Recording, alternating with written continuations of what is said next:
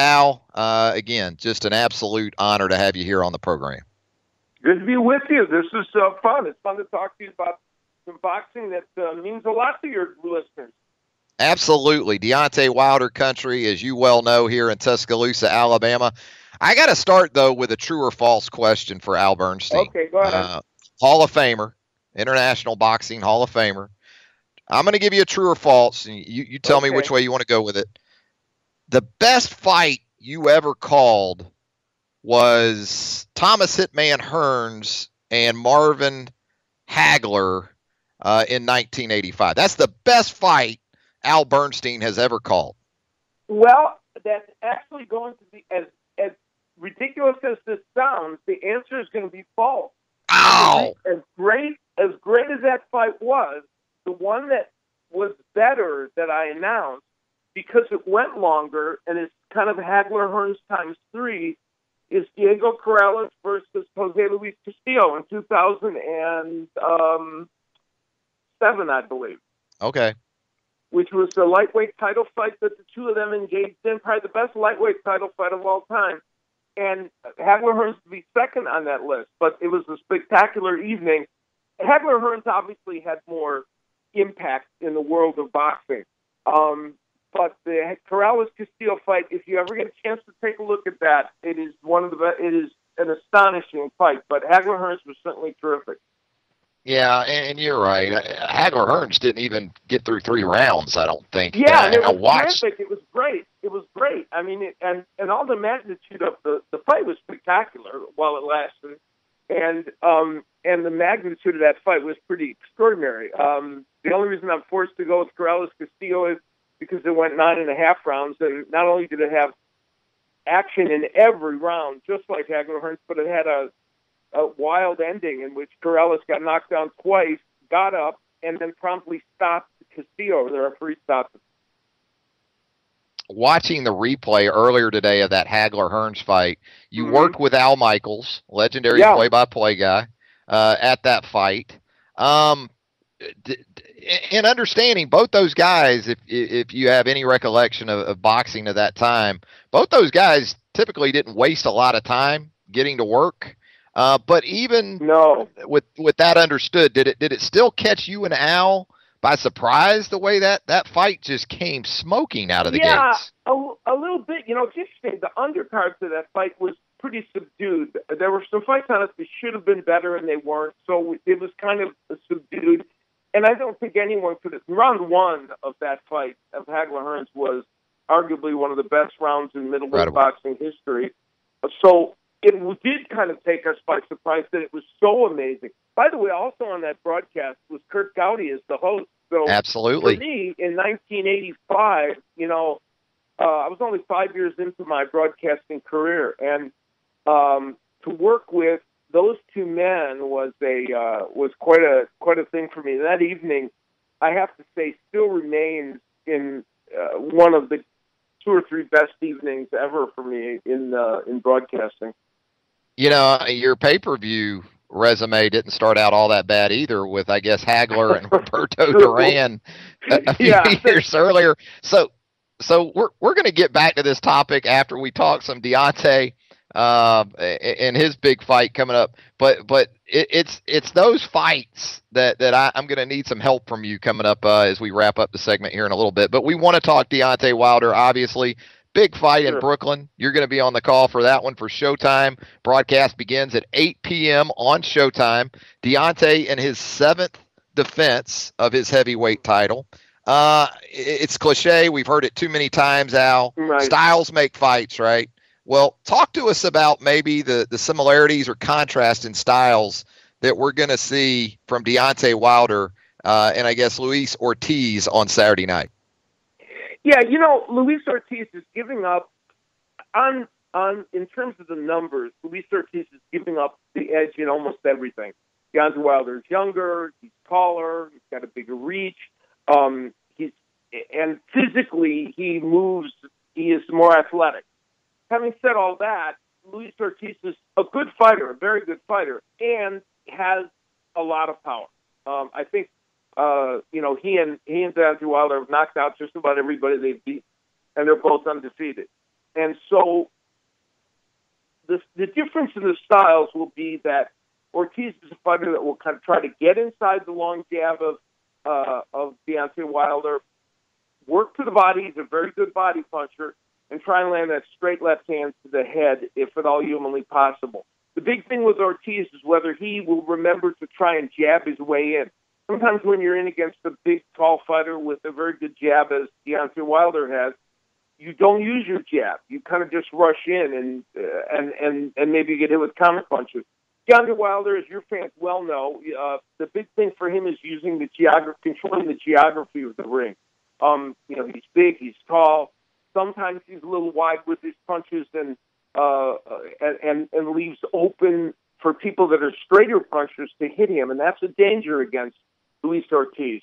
So they are very, very different physically in many respects. This is sort of the heavyweight division's own version of March Madness, right, Al? Because yes, really exactly. On the other side of the bracket, you've got Anthony Joshua and Joseph Parker set to do battle, I think, on Showtime late in the month. For Deontay, even though this is the 7th defense, with the division being, for lack of a better term, just really a mess. Yeah. What's it going to take for Deontay to sort of get the respect as a legitimate heavyweight champion? Well, this fight will go a long way toward it because Luis Ortiz is undefeated and has not. People haven't rushed to fight him in the heavyweight division. A lot of the European champions didn't rush to fight Luis Ortiz. And so I think this fight is going to go a long way toward doing that. The thing that will give Deontay Wilder the ultimate,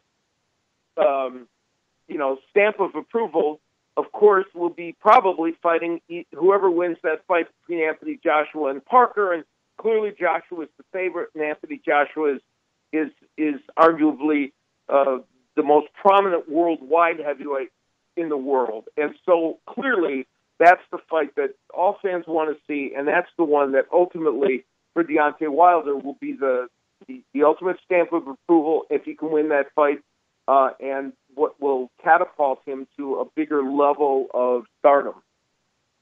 We're talking with Al Bernstein, legendary boxing analyst for Showtime Sports, previewing Deontay Wilder and Luis Ortiz set for Saturday night in Brooklyn.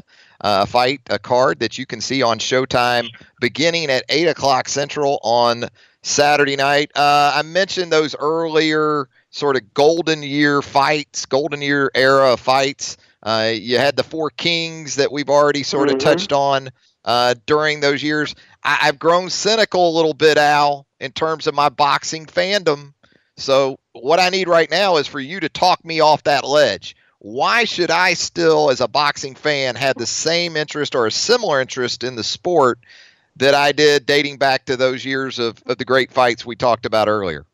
Well, the reason is that boxing has 2013 was boxing's best year for 20-some years. It was great. There were phenomenal fights.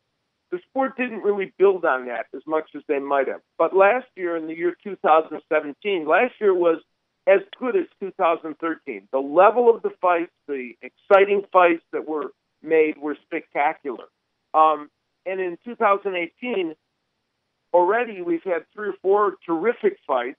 And on the books, from now until the end of May, there are at least a dozen boxing matches that could be Fight of the Year candidates. So what boxing has done is, for whatever reason, the people in boxing understood the gravity of trying to make great matches again, and they've done that. And so there are many good fighters today. We don't hear about them as much because, and here I'm going to sound a little bit like a politician running for president, which I'm clearly not. But the mainstream media doesn't talk about boxing as much for a variety of reasons. And so a lot of times we don't know about these fighters, and so fights will be made that are great, but beyond the casual boxing fan and beyond the boxing media, the internet and people that normally pay attention to boxing, they don't know about these fights. And so, they just don't see them. But, there are many, many great fights that are scheduled for the next several months.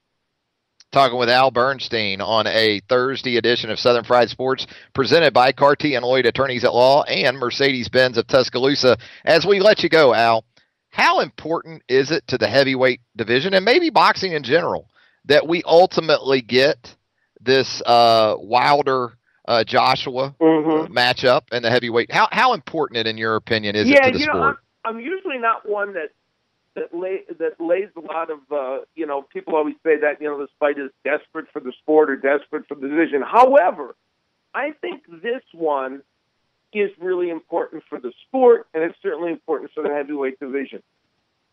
If they can both win and they can fight later this year, which would be the optimum, I hope that they don't, people, for boxing fans, many will remember that Riddick Bowe and Lennox Lewis were set to fight. They never got to fight, and they let that languish too long. This is very important. A big fan base for Anthony Joshua in England and really around the world. He's becoming known in the United States. Deontay Wilder, a United States champion, and the heavyweight division, when it has a United States fighter involved in discussion as the best heavyweight, it's good for the division. It's certainly good for boxing in the United States. I think it's very important that these two men meet, and I think that the people, again, as I mentioned, boxing's done a much better job of making important matches the last 2 years. This one, though, will be somewhat of the litmus test on it. And I think it's feasible. I don't think it's an impossible task, so I'm hoping they can do it this year. And of course, the first step to that is Deontay Wilder beating Luis Ortiz and Anthony Joshua beating another titleist who's a very good fighter, Joseph Parker. The four best heavyweights are in the ring against each other in March. Tyson Fury might lay claim to being also in that group, but he hasn't fought in the last year and a half or so. So he's getting back into the sport. So four best, all undefeated, something like over 100 knockouts between them. We want to see who emerges from that.